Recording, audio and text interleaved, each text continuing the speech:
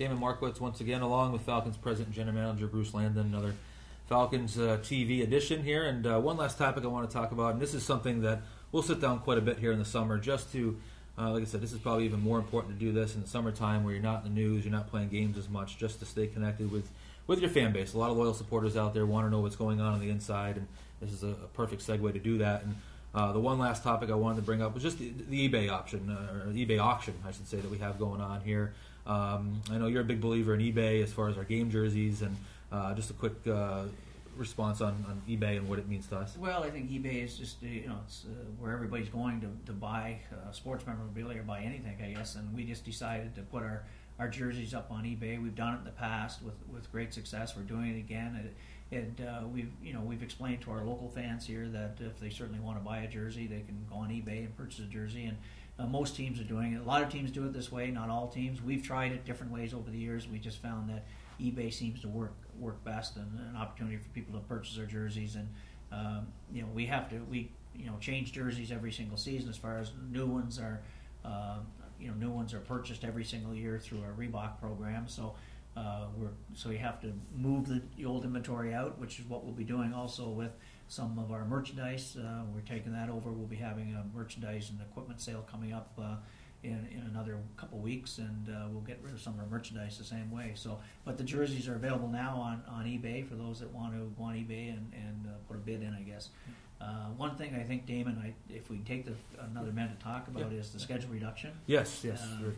Because we haven't had a chance. It's just happened so quickly, and I think now would be a perfect forum to sort of explain to our fans about the schedule reduction, because it probably caught them as a surprise. But this is something that the National Hockey League has been talking to the American Hockey League for probably going back 3 or 4 years now, and there was proposals back and forth about reducing the schedule even further, at one time down to 72 games, and that certainly hit some resistance from a lot of teams in the American Hockey League for many different reasons without going into detail. But the feeling is, and I have to agree with it, that the wear and tear on the players, playing 4 games in 5 nights, and I think we had to stretch 8 games in 10 nights this year.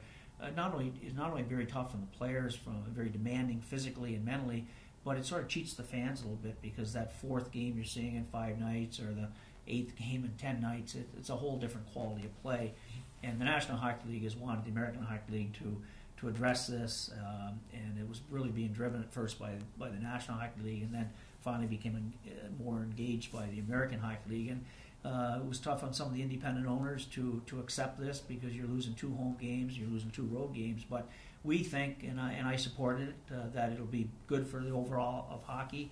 Hopefully it will totally eliminate 4 and 5s, which is what the purpose of it is. And we're hoping that when the schedule is finally done, we'll find that we've lost a couple midweek games.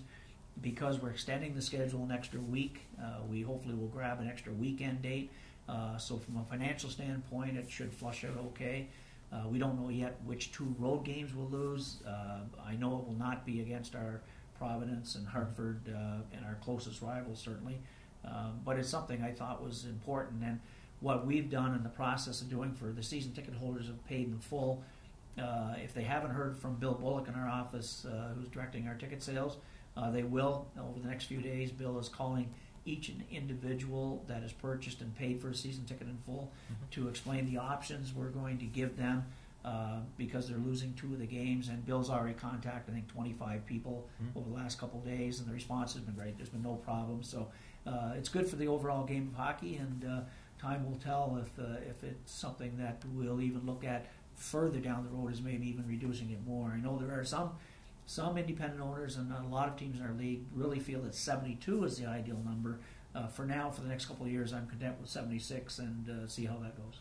Absolutely. I'm glad you mentioned the options too, because I know there's been, as people watch this, they may have some questions too. If they paid in full for 40 home games, now you're down to 38 home games. But like you walked us through here, Bill Bullock in our office will be overseeing that. There are some options there. We'll take care of it, we promise. And certainly, and the main thing that we got to talk about now here in conclusion is season tickets are available. Season tickets are on sale. We're cranking that out now, getting ready for next year, and there's no grace period there. You pretty much jump into it right now. Well, our when we're offering a lot of different packages, league-wide research has shown that it's all about lifestyles and budget, and we have to have plans to fit lifestyles and budget of most people. And there are those companies and those great fans will buy the full season tickets for a lot of different reasons, and a lot more partial plans and flex plans and different programs we have are being purchased. And we're off to a really good start, to be honest with you. A very good start. Our ticket sales renewals are coming in strong. We've added some new partners, new corporate partners, and also some new season ticket holders as well. So we're off to a good start here. Obviously, we'd love to be doing it at the games in the playoffs, but that isn't the case. But what's important to this franchise is we have to continue to grow our base, not just on the season ticket side, but we had a record year this year in our group sales, thanks to the great staff that worked so hard on getting the group sales numbers up, and we have to increase that number. We have to maintain our corporate sponsorship revenue, which is so important, and try and grow that number, because the cost of running a business in the American Hockey League is growing, and you have to be able to make sure that you can sort of generate enough revenue to make this thing work, and we'll feel confident going forward we're going to do that. Bruce, thanks for joining us, and this is something that I know we plan on doing at least every other week here during the summer, maybe even weekly if you get enough topics, but usually every other week. Keep people updated there online with everything from the business side to the hockey side. A lot of hockey going on from now until June. I know you follow the NHL playoffs and the AHL playoffs. We won't go over a lot of results from last night because they're really not all that overwhelming if you're a Bruins fan, but a lot can change over the course of the series. So thanks for joining us. Appreciate it. We'll be doing this a lot.